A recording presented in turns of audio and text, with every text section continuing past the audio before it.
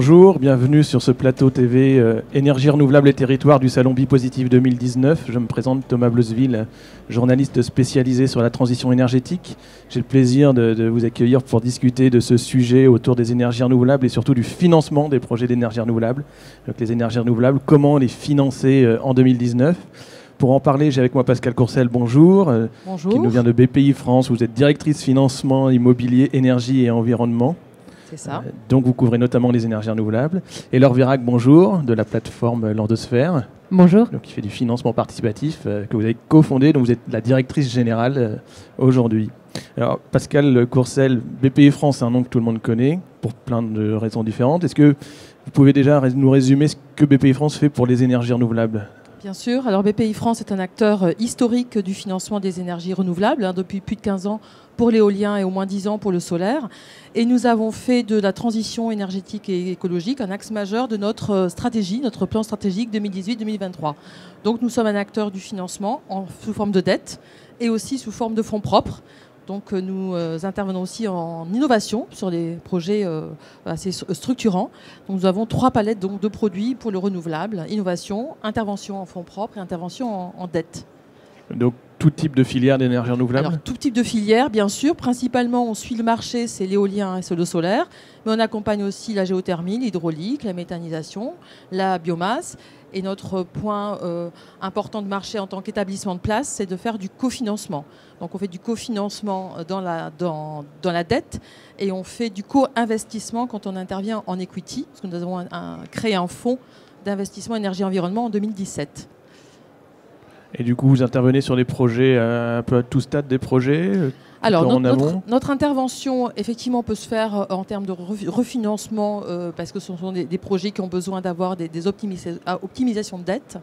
Aussi en termes de construction, puisque nous avons une capacité à accompagner les porteurs de projets dès que les autorisations sont obtenues, que les baux sont signés, donc dans des phases de construction, dans des financements de portefeuille et travailler par grappe pour avoir des maturités à peu près équivalentes par grappe et accompagner le porteur de projet au fur et à mesure de son avancement.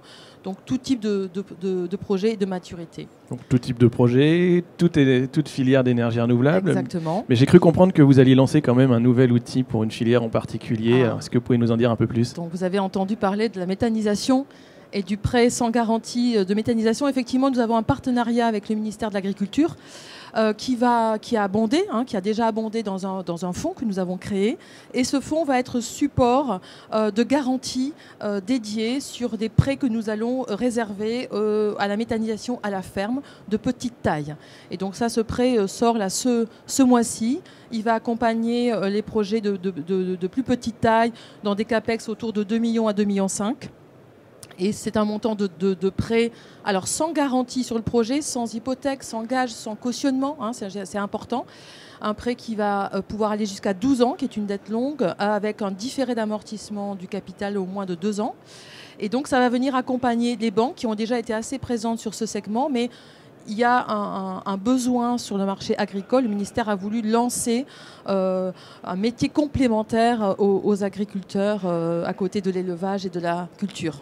Alors justement, je vais vous demander pourquoi est-ce que vous, BPI France, vous lancez cet outil maintenant, en 2019 ? C'est une demande des ministères ou... Alors, c'était une proposition que nous avions formulée pour la méthanisation au sens large. Il se trouve que c'est avec le ministère de l'Agriculture que l'on avance le plus rapidement, parce que c'est presque un bébé qu'on a porté depuis le Salon de l'Agriculture 2018. Et puis BPI France a inscrit le financement des énergies renouvelables dans son plan stratégique. Donc pour nous, c'est important d'accompagner le marché dans ses innovations. Donc ça s'inscrivait vraiment dans un plan de charge. Et nous avons aussi d'autres... nous allons aussi pouvoir développer un autre prêt, je le pense, sans garantie pour l'injection. Mais là, voilà, on est encore un peu plus en amont. Mais j'espère qu'on couvrira une chaîne plus grande sur ce sujet. Alors, vous l'avez dit, vous accompagnez le secteur au plus près du marché. C'est un secteur, les énergies renouvelables, qui ces dernières années a quand même connu un certain nombre d'évolutions, de transformations. Je pense Exactement. au complément de rémunération. En ce moment, on parle plus d'autoconsommation. Il y a tout un tas de sujets. Est-ce que dans tous ces sujets, en tant que financeur, il y a quelque chose qui a changé un peu votre métier en bien ou qui vous fait craindre plus qu'autre chose Alors, vous faites allusion à l'agrégation, par exemple. C'est un sujet qui avait fait beaucoup discuté les partenaires, mais je pense qu'il y a eu un bon accompagnement des acteurs européens sur ces projets-là, une bonne compréhension, une bonne mutualisation des process et des questionnements. Et puis nous avons travaillé ensemble sur la contractualisation.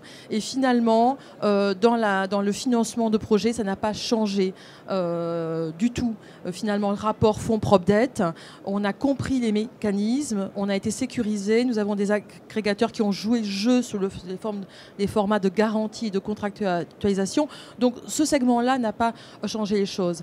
L'autoconsommation, c'est encore assez jeune en termes de présentation de financement. Le regard va être un peu différent parce qu'il vient inclure une notion de risque corporate de la contrepartie en dessous qui finalement consomme et va dans un schéma de tiers financement payer une redevance. Donc il y a effectivement une analyse complémentaire au financement de projet que nous faisons. Et donc voilà, il faut qu'on s'habitue. On souhaite être en avance de phase justement sur ces projets-là pour avoir des réponses. Donc vous allez commencer à vous y intéresser de plus en plus sérieusement. Tout à fait. Alors parmi les sujets qui ont beaucoup bougé aussi ces derniers temps, il y a le financement participatif dans les énergies renouvelables. Alors Laure Vérag, en quelques mots, est-ce que déjà vous pouvez nous présenter l'Endosphère dans le paysage du financement? Qu'est-ce que vous faites? L'Endosphère est une plateforme de financement participatif en dette et en equity qui permet aux porteurs de projets, aux développeurs, de faire appel aux particuliers, aux citoyens, aux épargnants pour le financement de leurs projets. C'est une source de financement alternatif qui est encadrée depuis 2014 en France grâce à la mise en place d'un cadre réglementaire nouveau, très novateur, permettant aux particuliers de financer, de devenir en quelque sorte, alors dans une moindre mesure évidemment que BPI, mais de devenir financeurs de la transition énergétique et des projets qui les concrétisent. Donc un cadre depuis 2014, ça fait 5 ans. Aujourd'hui, comment est-ce que vous qualifieriez le marché du financement participatif? Le marché du financement participatif aujourd'hui représente 400 millions d'euros.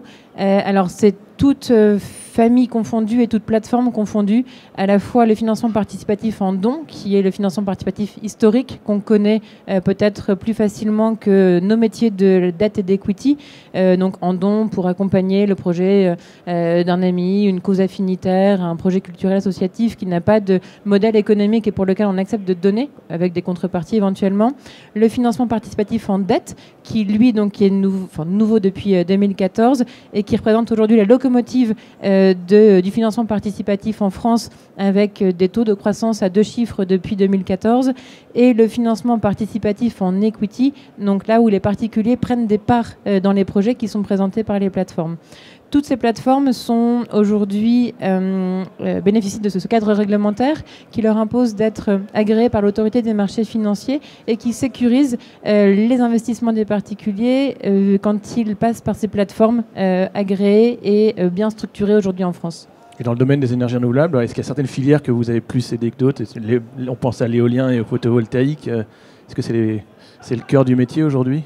Le financement participatif pour les énergies renouvelables, alors énergie renouvelable, environnement, on n'a pas le détail énergie renouvelable tout court, c'était 40 millions d'euros en 2018 en dette uniquement, ce qui représente un doublement du marché par rapport à 2017 où c'était 20 millions d'euros investis en dette par des particuliers et donc une croissance qui est très importante mais qui part aussi de zéro il y a 4 ans et les projets qui ont été majoritairement financés aujourd'hui avec ce financement participatif en dette sont effectivement des projets éoliens, solaires. On a présenté 2 projets pour des réseaux de chaleur et également de façon un peu plus limitée en méthanisation.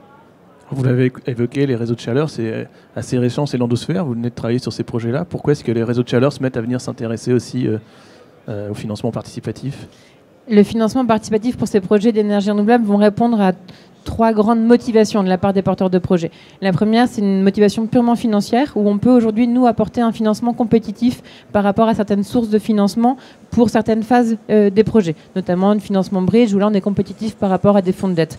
La deuxième grande motivation, ça va être de conforter et de créer ou de conforter l'assise et l'ancrage territorial des projets, notamment pour les réseaux de chaleur, donc avec là des filiales de grands groupes qui n'ont pas de besoins financiers à strictement parler, mais qui, dans le cadre de réponse à des appels d'offres et de délégation de services publics, vont apporter cette part de financement participatif qui va permettre de créer une appropriation, de favoriser la sensibilisation et la pédagogie auprès des particuliers, des administrés qui vont bénéficier ensuite de l'installation réseau de chaleur, et donc d'apporter grâce au financement participatif un intérêt très poussé, concret des particuliers pour les installations qui sont emblématiques pour les territoires.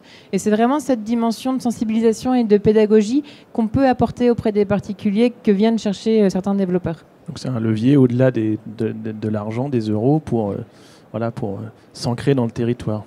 C'est toute la partie extra-financière qu'on apporte qui est essentielle aujourd'hui pour le bon développement des projets.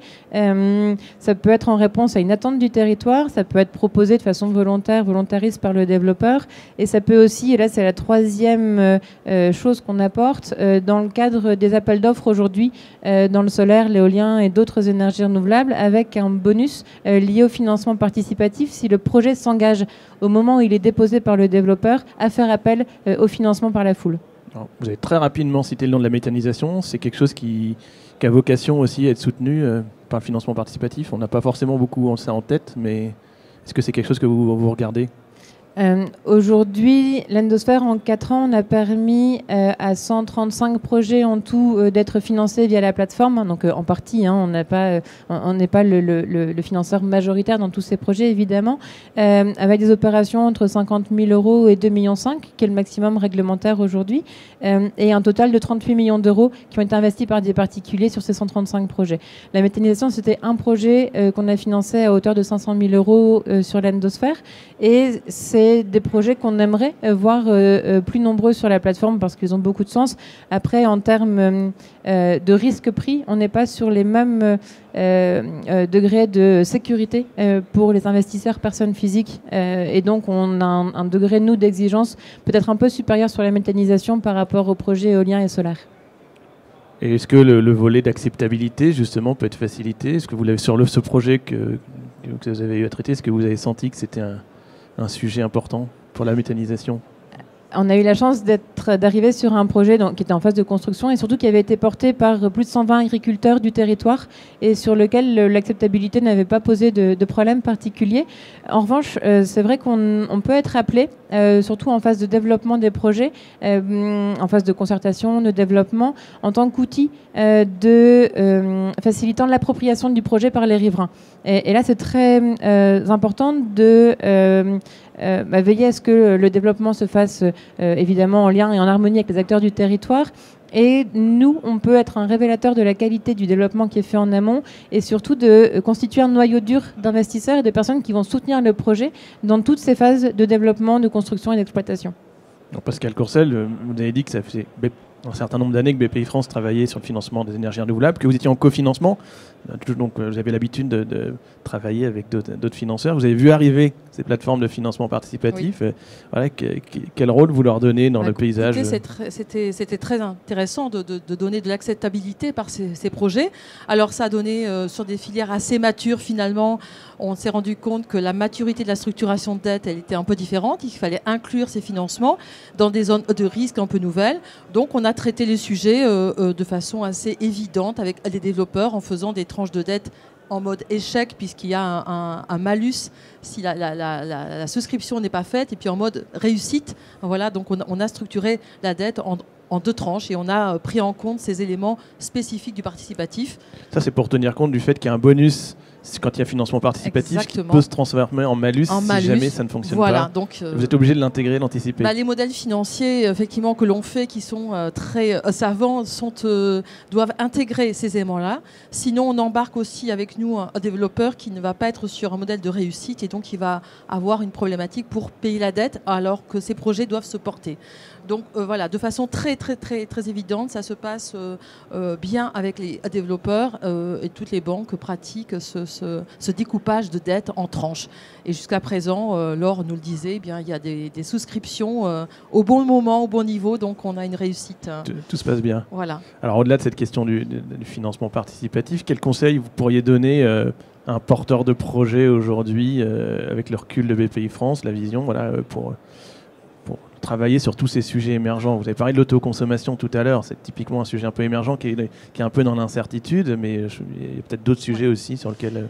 C'est vrai que les développeurs ont passé, enfin moi je leur dirais déjà bravo, parce qu'ils passent par des étapes très compliquées. Le réglementaire est complexe, les filières évoluent, maintenant on a une concentration aussi de ce marché et un durcissement sur les prix qui fait que tout le monde doit être compétitif. Et on voit d'ailleurs que le dernier appel d'offres n'a pas reçu le niveau de souscription. L'appel d'offres solaire.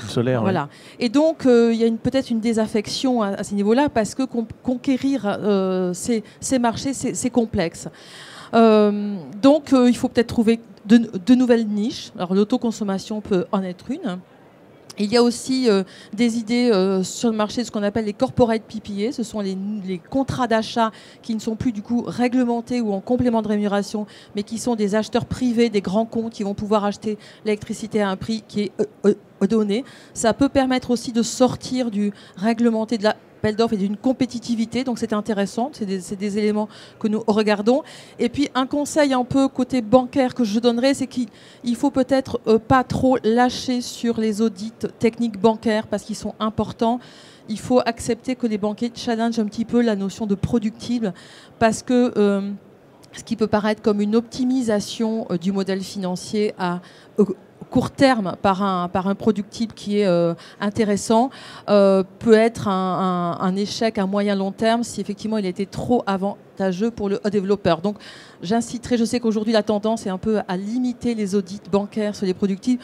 Moi je dirais qu'il vaut mieux les laisser et travailler sur du moyen long terme plutôt qu'une optimisation à court terme, et on aura, je pense, une filière comme ça qui sera bien structurée. J'imagine que l'idée c'est aussi de faire attention à pas chercher le plus rapide, le plus efficace, le moindre coût dans le choix du financement. C'est ça, puis à des années de vent qui sont un peu moins bonnes, à des hivers où le soleil est moins présent. En fait, les ratios de structuration de dette sont très, très serrés, donc le moindre écart peut mettre en difficulté des sociétés de projet, dont je rappelle qu'on est en financement sans recours, donc les sociétés de projet doivent se porter. Et en tant que banquier, on doit être responsable aussi de cette bonne structuration. Et donc, j'invite à rester toujours bien sécurisé sur ces projets. Alors, chez Landosphère, même sans être BPI France, est-ce que tu as quand même des conseils à donner aux porteurs de projets pour la réussite de leur projet, justement ? À mon avis, le porteur de projet aujourd'hui ne peut plus faire l'économie d'un développement harmonieux sur les territoires, qu'on soit en éolien, en solaire, en méthanisation, en réseau de chaleur, et de